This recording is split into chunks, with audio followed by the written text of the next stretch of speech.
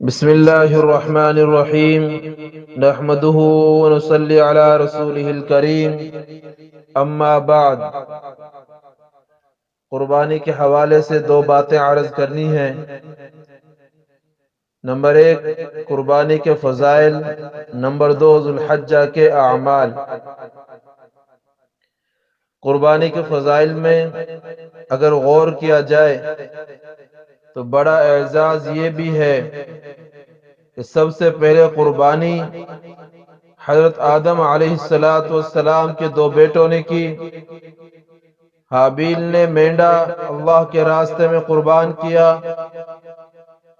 پھر حضرت ابراہیم علیہ السلام نے اپنے بیٹے حضرت اسماعیل علیہ السلام کو ذبح کرنا چاہا، لیکن اللہ تعالی نے ان کے فدیہ میں جنت سے مینڈا بھیج دیا۔ اسی طرح حضرت عبداللہ علیہ الرحمت کو ذبح کرنے کے لیے تمام منصوبے بنا لیے گئے، لیکن فدیہ میں اللہ کو یہی منظور تھا کہ 100 اونٹ ذبح کرو۔ پھر امت کے لیے اعزاز یہ ہے کہ آپ صلی اللہ علیہ وسلم ہمیشہ قربانی کرتے رہے، اور اپنے محبوب صلی اللہ علیہ وسلم کی ادا رب کائنات کو اتنی پسند آئی کہ اس کو قیامت تک کے لیے دین محمدی شریعت مطہرہ کا حصہ بنا دیا۔ بہرحال امتیوں کے لیے سب سے بڑا اعزاز ہے، اور یہ قربانی کرنا انسان کی بخشش و نجات کا سبب بھی ہے۔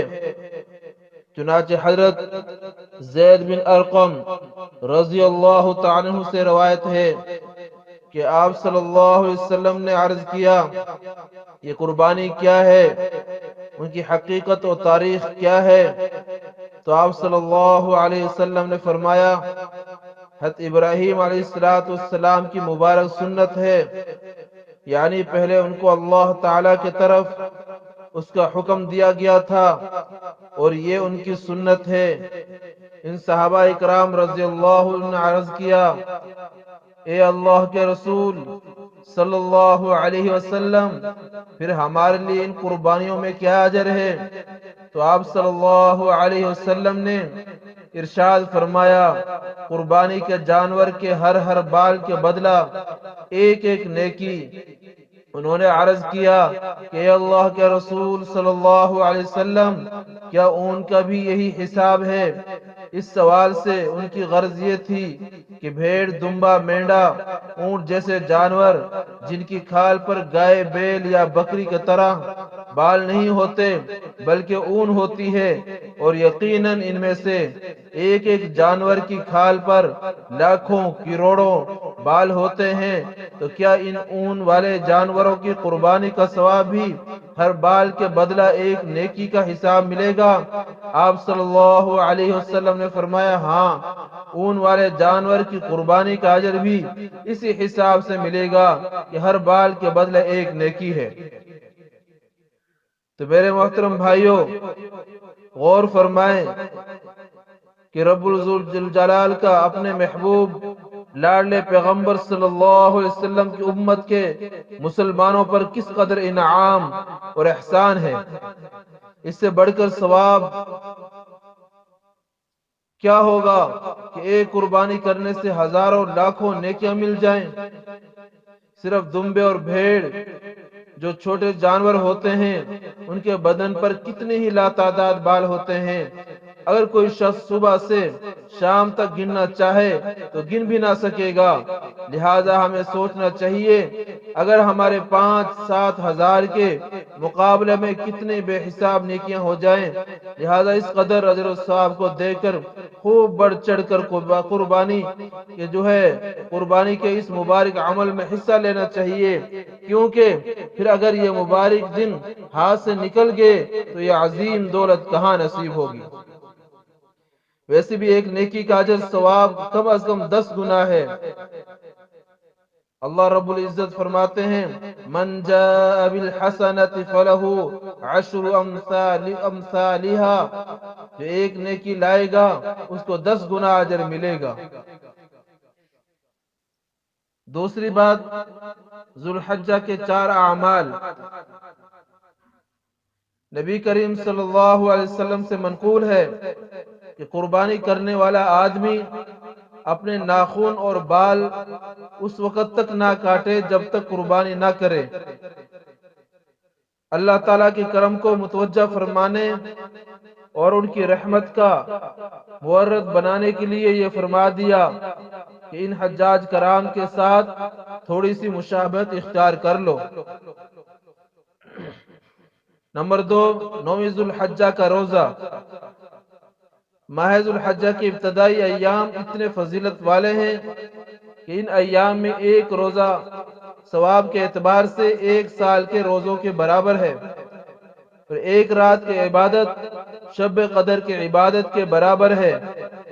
ایک مسلمان جتنا بھی ان ایام میں نیک اعمال اور عبادات کر سکتا ہے وہ ضرور کرے۔ اور 9 ذو الحجہ کا دن عرفہ کا دن ہے۔ ہمارے لیے خاص 9ویں تاریخ کو نفلی روزہ مقرر فرمایا، اور اس روزے کے بارے میں حدیث شریف میں ارشاد فرمایا گیا کہ عرفہ کے دن جو شخص روزہ رکھے تو مجھے اللہ تبارک و تعالی کی ذات سے کہ امید ہے کہ اس کے 1 سال پہلے اور 1 سال بعد کے صغیرہ گناہوں کا کفارہ ہو جائے گا۔ نمبر 3، تکبیر تشریق۔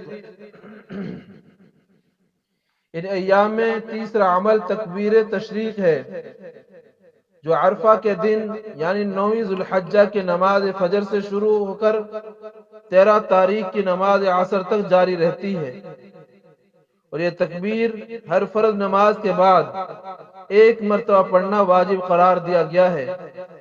وہ تکبیر یہ ہے: اللہ اکبر اللہ اکبر لا الہ الا اللہ اللہ اکبر اللہ اکبر وللہ الحمد۔ مردوں کے لیے بلند آواز کے ساتھ پڑھنا واجب ہے، یعنی درمیانی آواز کے ساتھ پڑھنا چاہیے، اور عورتوں کے لیے یہ آہستہ پڑھنا چاہیے۔ نمبر 4، قربانی۔ ان ایام کا چوتھا اور سب سے افضل عمل جو اللہ تعالیٰ نے مقرر فرمایا ہے وہ قربانی کا عمل ہے، جو کہ صرف ذو الحجہ کی 10، 11 اور 12 تاریخوں میں انجام دیا جا سکتا ہے، اور ان کے علاوہ دوسرے اوقات میں آدمی چاہے کتنے ہی جانور ذبح کر لے لیکن قربانی نہیں ہو سکتی۔ وآخر دعوانا ان الحمد للہ رب العالمین۔